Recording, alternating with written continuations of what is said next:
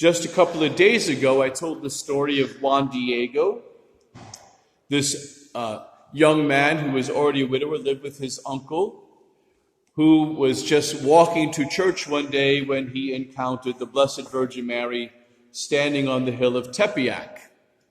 I talked about how at that time the Aztecs were sacrificing thousands of people a day to the feather serpent god, the rock serpent god, and they were just massacring people, tearing people's hearts out while they were still alive and offering them in sacrifice. The tension between the Indians and the Spaniards was growing, and so the bishop, who was a Franciscan, Bishop Zugarraga, prayed to Our Lady for peace and asked for a sign of Castilian roses that there would be peace. And it was in response to that prayer that Our Lady appears on the hill of Tepeyac early that morning to Juan Diego as he was making his way to church. This happened in the year 1517. So 503 years ago, this event took place. And I think our words to Our Lady was so beautiful. The words of Our Lady to Juan Diego was so beautiful and worth reflecting upon this morning. The first thing she says to him, after calling him by his name in his own language, and that's the fascinating part of Our Lady. Whenever she appears, she speaks the language of the people that she's appearing to. So she doesn't say these words in Spanish, she says them in his Indian language. Just as when she appeared to St. Bernadette at Lourdes, she spoke to St. Bernadette in her Pyrenees dialect. And so Our Lady says to him, "Know for certain, littlest of my sons, that I am the perfect and perpetual Virgin, Mother of the true God, through whom everything lives, the Lord of all things near and far, the Master of heaven and earth." Now these words are so significant because Our Lady begins by introducing herself as the ever-Virgin, perpetual Virgin Mary, reconfirming the truths of the faith that Our Lady was a virgin before, during, and after the birth of Christ, the perpetual Virgin. But she also speaks of herself as not only Virgin, but also Mother, revealing the beautiful mystery of her perpetual virginity and her maternity over the Son of God, the Mother of the true God. And that she, through everything lives. That's so important for the people at that time because they were worshiping nature. And they're seeing nature as gods. And so she was saying that she's the mother of the creator of all things that lives. In other words, there's only one God who is the Lord and creator of all things. It was a catechesis to the people who had yet to be evangelized, that these spirits that they were supposedly worshiping in the nature were not gods at all. There was only one true God, the creator of all. And then she says something so beautifully. She says, "I wish and intensely desire." Those are beautiful words. I wish and intensely desire. I love that because there is this great burning desire on the heart of the Blessed Mother, a wish that she has that comes directly from her Immaculate Heart. And what does she wish? What does she intensely desire? That in this place my sanctuary be erected. Why? Why that place? What does she want to do there? What's the desire? What's the intense desire? She says, "I will demonstrate, I will exhibit, and I will give all my love." She wants to demonstrate, exhibit, and give. So she wants to show that she loves, and she wants to give that love to those who go to that place. And what does she want to give? Her love. Her compassion. She says, "I will give all my love, my compassion, my help, and my protection to the people." What a loving mother from heaven.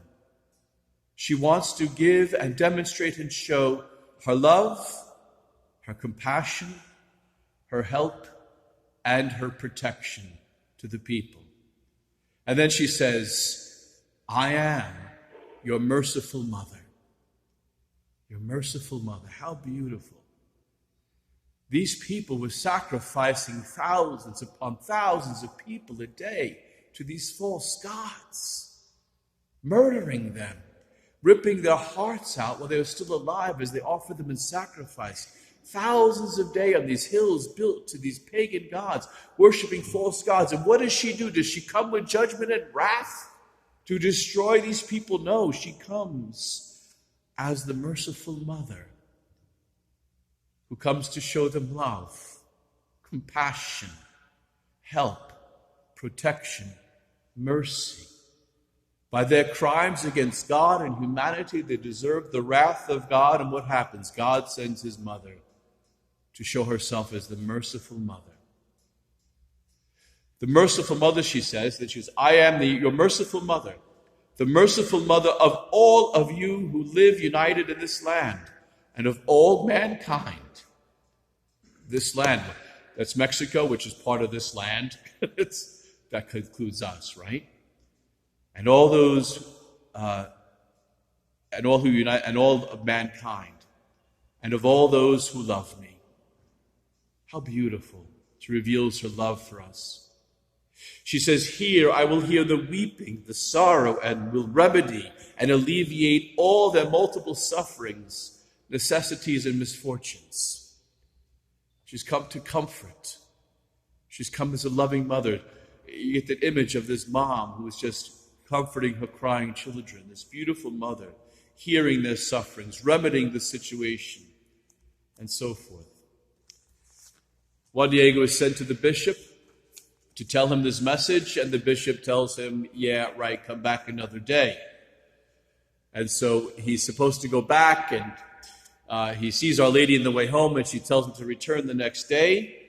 And so he can't because his uncle is sick, and finally on his way back to Mexico City, he has to get a priest for his uncle who's dying, and he decides to sneak around the back of the hill of Tepeyac because he has to hurry and doesn't want to get stopped by Our Lady because he has to get him a priest. And so Our Lady stops Juan Diego again and says these words to him. These are beautiful words. After calling him by name, Juanito, Juan Dieguito, little John, little James John, beautiful. She says to him these words, hear and let it penetrate into your heart, my dear little son. Hear and let it penetrate into your heart. I think these are words that not only are spoken to Juan Diego, but are spoken to all of us. To hear and let this next sentence penetrate into our hearts. She says, hear and let it penetrate into your heart, my dear little son. Let nothing discourage you. Nothing depress you. Let nothing alter your heart or your countenance. Boy, if we could remember those words during difficult times, during struggles, worries, fears, anxieties. If we can just let those words penetrate into our heart, that nothing discourage you, nothing depress you, let nothing alter your heart or your countenance. And then she says, why? She asks some questions. Am I not here who am your mother? Am I not here who am my mother? What are you worried about? Is your mother not here? That she says, are you not under my shadow and my protection? Am I not your fountain of life? Of course, she's the fountain of life because from this fountain flows Christ Jesus. She's the fountain of life. Christ is the life. Are you not in the folds of my mantle? I love that image of like a child wrapped in the folding of the mother's mantle, wrapped like a blanket around him. Was she not, like I say one day, are you not here, like wrapped up in this blanket of my mantle? Are you not wrapped up right here? Are you not in the folds of my mantle, in the crossing of my arms? How beautiful. You think of an infant being held in the crossing of their mother's arms. Is there anything else that you need? Beautiful. You're here in the folding of my arms. You're here in the folding of my mantle. You're in my shadow. You're in my protection. You kind of kept this picture of a little child hiding behind mommy's skirt. Is there anything else that you need? Do not fear any illness or vexation, anxiety, or pain. Not to fear. Do not fear any illness or vexation, anxiety, or pain. Let not the illness of your uncle afflict you, because he is not going to die now of what he has in himself. Be sure that he will get well. Those beautiful, beautiful words of Our Lady. If only we could hear them and fix them in our hearts, how much more peaceful our lives will be, how much more joy we will have. If only we can form in our hearts that trust that Our Lady asked for of her. To be sure that fact that she holds us in the crossing of her arm. She holds us in the folds of her mantle. We're in her shadow. We're in her protection. Is she not our mother? What are we afraid of? Is there anything else that we need? Those words of Jesus from the cross, behold your mother, become as evident today as ever, and as are real today as they have ever been. They are real words. Behold your mother, and Our Lady Guadalupe reveals the depth of that love, of her mercy, of the Mother of Mercy, the fountain of life, the ever-Virgin Mother of God, of all the living. Is she not our mother? What else do we need? Does she not love us and care for us?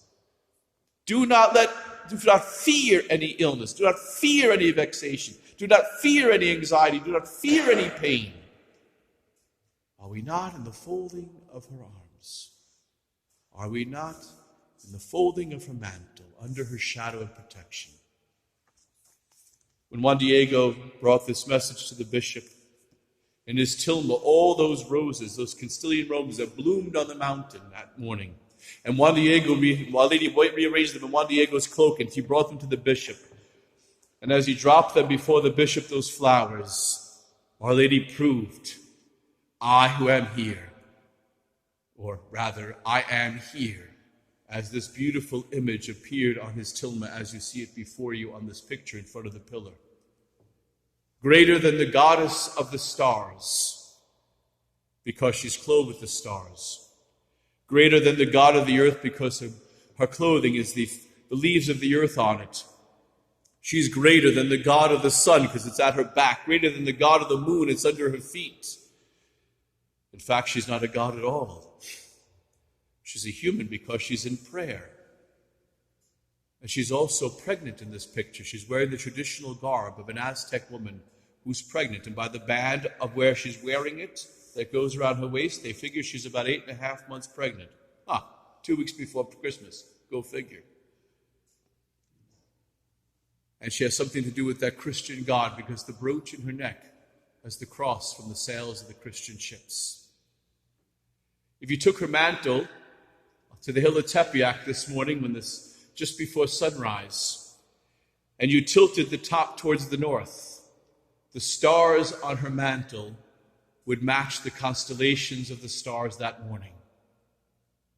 How beautiful. Crown is over her head, Leo over her womb, the Lion of Judah, right? The stars' constellations of her mantle match the stars of that morning in Tepeyac. And in her eyes, discovered only most recently by photographs, in one eye is Juan Diego, and the other eye is the bishop and his assistant, as if she was standing there when this picture was taken. There is no paint on it. To this day, it is miraculous. It was on a piece of cloth that was made from corn silk and should have deteriorated within a matter of 5 years. 503 years later, it is still as beautiful as the day Our Lady first appeared on the tilma. One of our presidential candidates, well, I'll just say it, Hillary Clinton, got there and looked at it and said, "Oh, that's beautiful. Who painted it?" Do your history, Hillary. Our Lady, our Lord painted it. A miraculous image to this day that science is still baffled by. She is still here. When the Mexican government tried to take over Mexico, they set a bomb in front of it to destroy it, thinking that these fascists, if they destroy Our Lady Guadalupe, they can destroy the faith of the people. The crucifix that was next to the statue absorbed the blast, and is warped. The building was destroyed, but Our Lady of Guadalupe was perfectly intact. To this day, as beautiful as ever, she is still with us. She is still our mother. We are still in the crossing of her arms, in the folding of her mantle, still under her protection, under her shadow.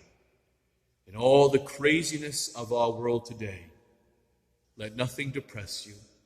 Let nothing cause you anxiety or fear. She is here, our mother, the Virgin, the Queen, the Mother of God, our mother. May God bless you, and Mary keep you.